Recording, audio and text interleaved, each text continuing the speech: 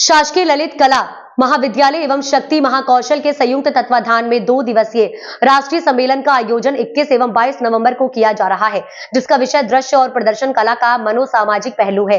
ये सम्मेलन देवी अहिल्याबाई होलकर की त्रिशताब्दी जन्म जयंती पर आयोजित किया गया।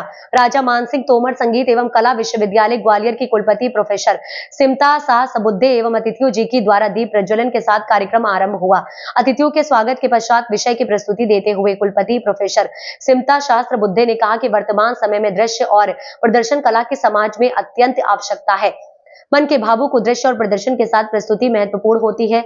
आज के तकनीकी युग में इसकी अत्यंत आवश्यकता है। अतः दृष्टि से आज की ये संगोष्ठी अत्यंत अनावश्यक और महत्वपूर्ण है। इस प्रथम दिवस के प्रथम सत्र में विषय विशेषज्ञ के रूप में प्रयाग शुक्ल नई दिल्ली के द्वारा अपने व्यक्तित्व कहा गया।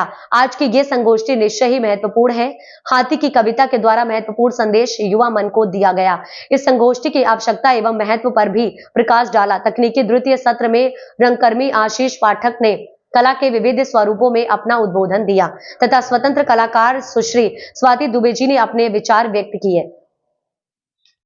आज के इस आयोजन में प्रयाग शुक्ला जी जो बाहर दिल्ली से आए थे, वो नाराज भी हुए, क्या बात थी, क्या वजह थी और फिर किस तरीके से मनाया गया?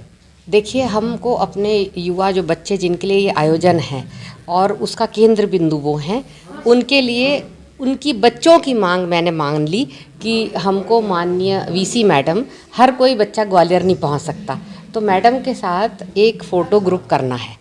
अब एक महाविद्यालय से दूसरे महाविद्यालय और तीसरे महाविद्यालय सभी को स्मृतियाँ चाहिए थी, तो मेरी सिर्फ इतनी त्रुटि हुई कि मैंने अनुमति दे दी और इस चीज़ को उन्होंने गलत अर्थ में समझ लिया कि हम उनको इंतज़ार करवा रहे हैं। तो हमारा इंटेंशन ऐसा नहीं था, केवल मैंने ये बात स्पष्ट करके उनसे माफ़ी मांगी। और देखिए, जो वरिष्ठ लोग होते हैं वो बच्चों के समान होते हैं। कलाकार बहुत संवेदनशील होता है और संवेदनशील व्यक्ति को बहुत जल्दी प्रसन्नता और बहुत जल्दी गुस्सा दोनों चीज़ें आती हैं। तो वो हमारे वरिष्ठ हैं, हमने उनके गुस्से को भी ईश्वर के प्रसाद के रूप में ग्रहण किया। अगर हर व्यक्ति अच्छी बात करेगा तो हम युवाओं में सुधार कैसे होगा? तो बच्चों के लिए भी ये एक सीख है कि किसी भी उम्र में आपको व्यक्ति के कला का सम्मान करते हुए उसके जो गुण होते हैं उसको बर्दाश्त करने की क्षमता विकसित करना चाहिए।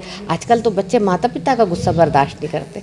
हम तो अपने वरिष्ठ कलाकार के चरण छू के उनको मना रहे हैं कि नहीं सर, हमसे गलती हो गई, अगर आपने गलत समझ लिया है तो हम क्षमा प्रार्थी हैं।